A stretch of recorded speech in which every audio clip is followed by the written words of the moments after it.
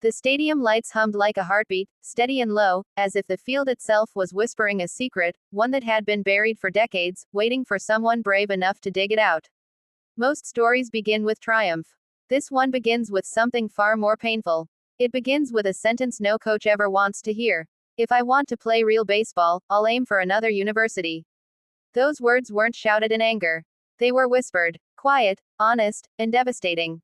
For years, Kyorin University's baseball team was known not for glory, not for history, but for a kind of soft resignation. A place where the dream didn't end. But it didn't grow either. Players joined with good intentions, full of smiles on day one. But somewhere along the way, the spark faded. The uniforms stayed clean for all the wrong reasons.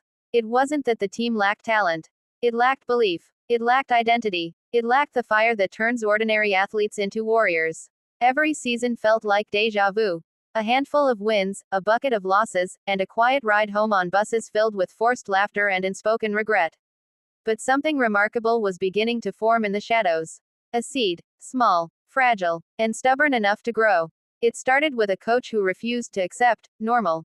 A coach who believed that culture mattered just as much as skill.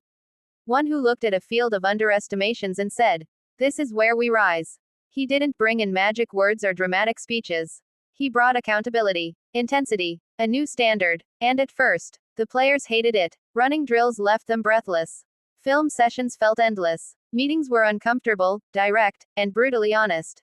But slowly, painfully, the dust started lifting. Players who once drifted into practice began arriving early. Those who used to hide in the back ran to the front. The team that once described itself with excuses began speaking in possibilities. And the campus noticed. Teachers noticed. Alumni noticed. Even the silence that once surrounded their games began to crack. But nothing changed more than the players themselves.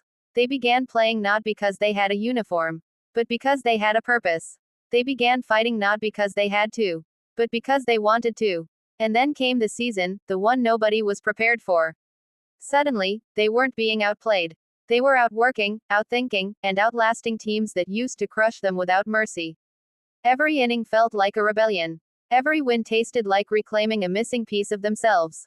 And for the first time in decades, Kyorin University wasn't the undercard. They were the headline. Crowds began showing up. Voices rose. Banners appeared. People who had once shrugged said, "Wait, are they actually doing this?" Yes, they were. Game by game, inning by inning, battle by battle. The impossible became the probable. And the probable became the inevitable.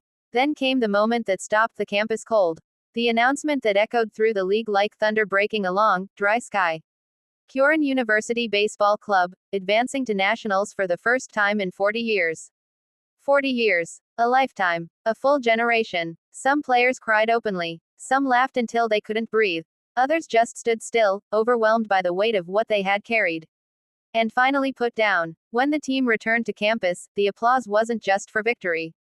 It was for transformation. For the boys who refused to walk away. For the coach who refused to lower the bar. For the program that refused to accept the fate others assigned it. And yes, for those painful words that had once cut like a blade. If I want to play real baseball, I'll go somewhere else. Because those words lit the match that burned down the old identity. Those words became the reason the team rebuilt itself from the inside out.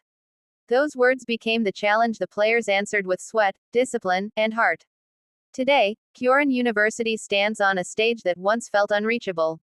Not because of luck, not because of one superstar, but because a group of young men decided that their worth wasn't negotiable.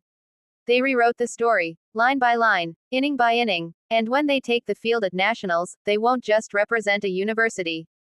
They'll represent every athlete who was ever doubted, every dream that was ever dismissed, every team that was ever told it was not enough. This is more than baseball.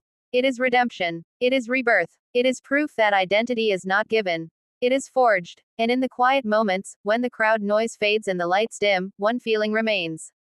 Pride. Not the loud kind, not the arrogant kind, but the kind earned through years of grit, tears, and relentless belief. The kind that whispers, "We made it here, we belong here, and we're not done yet."